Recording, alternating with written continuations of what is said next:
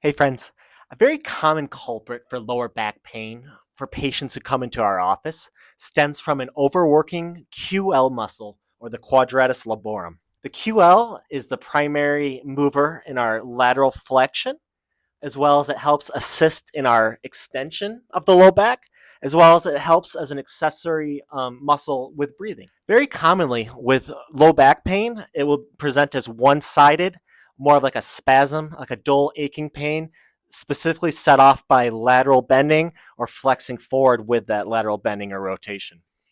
In today's video, I'm going to demonstrate ways to first begin getting you out of that QL discomfort and then promoting more mobility and myofascial work to help get into that muscle itself and then promote strength and stability through movement. Stay tuned. If you can picture this QL being this resistance band right here, it's going to span from that rib that comes off of T12, and then it's going to course inferior along L1, 2, 3, 4 TVPs before hitting that iliac crest right here. In charge of that side bending and also assists in that extension of the spine. A lot of the times that discomfort is going to be so acute that the thought of exercising or even trying to promote stability and strength in that low back just sounds next to impossible. So to begin, we do a lot of breathing and light modifications of stretching and mobility work so that we can build up to that strengthening. To begin, what we're going to do is we're just going to go lay right on our back. Next, what we're going to do, very important, we're going to draw our rib cage down towards our pelvis while also decreasing all the space between our low back and the ground. If you look at my hand here, I can't even bring that hand underneath my low back. That's how I know I'm contracting that core correctly. From here, I'm going to take both hands, place it right on top of my hips.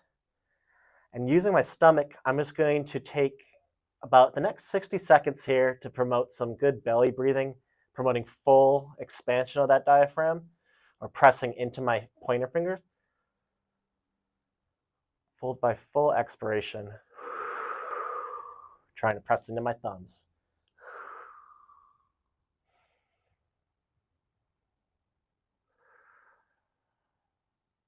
Our belly breathing in the supine position, what we'll do next is we're going to go into the side lying position, utilizing a rolled up towel or blanket here. In this example, my left QL, or that left lower part of my back, is what's in pain right now. So what I'm going to do is I'm going to put that affected side up in the air while the towel blanket goes right underneath that other unaffected side. I'm just going to kind of arch myself over this towel, put my hips and knees in that 90-degree position. And then from here, I'm going to perform that breathing again, but I'm going to take that top arm, bring it overhead to open up that affected side of that QL. And then with this top leg, I'm just going to bring it back.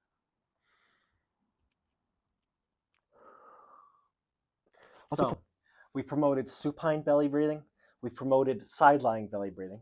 What we're going to do lastly is we're going to go into this isometric stretch to promote the affected side of the QL, which will be down. What we're going to do is we're going to go into that side lying.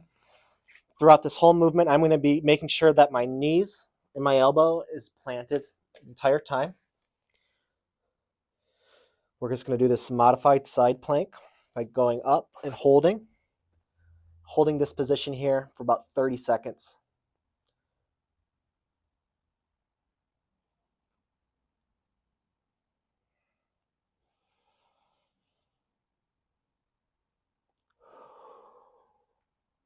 I am going to be incorporating some breathing in the side plank, modified side plank position. And just about 20 seconds into this right now, I'm really just feeling that QL fire. Once we hit that 30-second mark, we're just going to plant that butt down, regather, take a few breaths, and then again, repeating about 2 to 3 times, 30-second holds before going to that opposite side. Doing the same thing. Once we feel good with that side plank after doing it for a few days, feeling strong, maybe you're already at a good baseline already, what we can do is we can just go into that full side plank position, which also will do a really good job of isometrically contracting that lower side QL.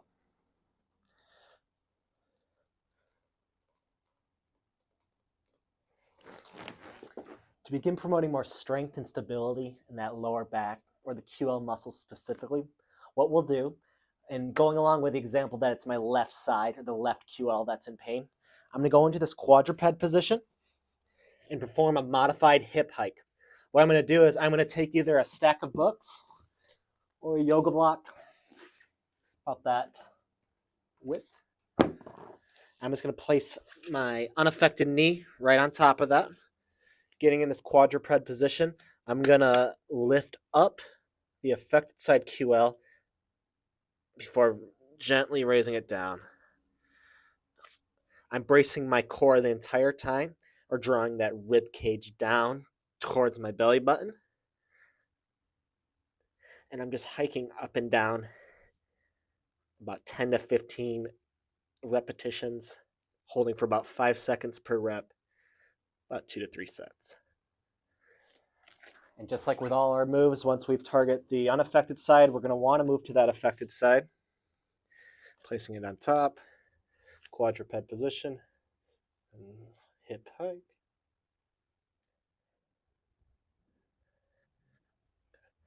Moving along with hip hikes, once we've moved from that quadruped position, I want you to go to the standing position. Preferably, you'll want to use a step or a raised surface to do these moves on. For the purpose of this video today, I'm just going to be utilizing a yoga block. Continue performing these hip hikes. I'm going to put the unaffected side of the QL up on the raised surface, and then contracting my affected QL, what I'm going to do is I'm just going to hike my hip up, kind of jamming that hip socket up, kind of hiking it up before going back down slowly. I'm going to do this about 5 to 10 times, holding for about 3 to 5 times per time before just gently swaying. The trick here is we don't even want this leg to touch the ground here. Kind of want it in the air, hiking up, contracted, shortened, relaxed, stretched. The other beautiful thing about these standing hip hikes, the side that's getting contracted is going to be contrasted by the side that's being stretched. And then when we switch sides, so after doing that about 10 to 15, I'm going to move the block or the step to the other side of the foot and then perform hip hikes on this side.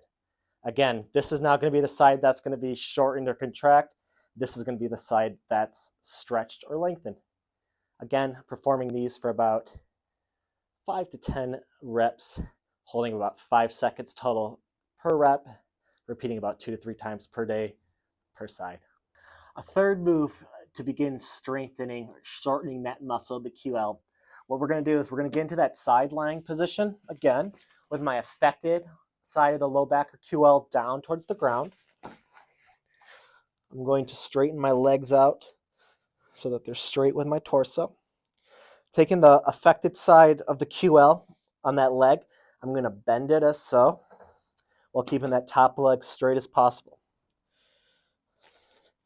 While staying in the side plank position, what I'm going to do is, utilizing that contraction of the QL, I'm going to be pushing through my leg to lift up, to shorten that muscle, holding for about 5 seconds at a time before going back down. We're going to perform these side plank crunches, about 10 to 15 per side. And once you start to feel like this move is too easy, or you're already past that baseline, what we can do is we can just lengthen that lever a bit and then just kind of go into a full side plank, push up and down, up. Pretty hard for me too. Down.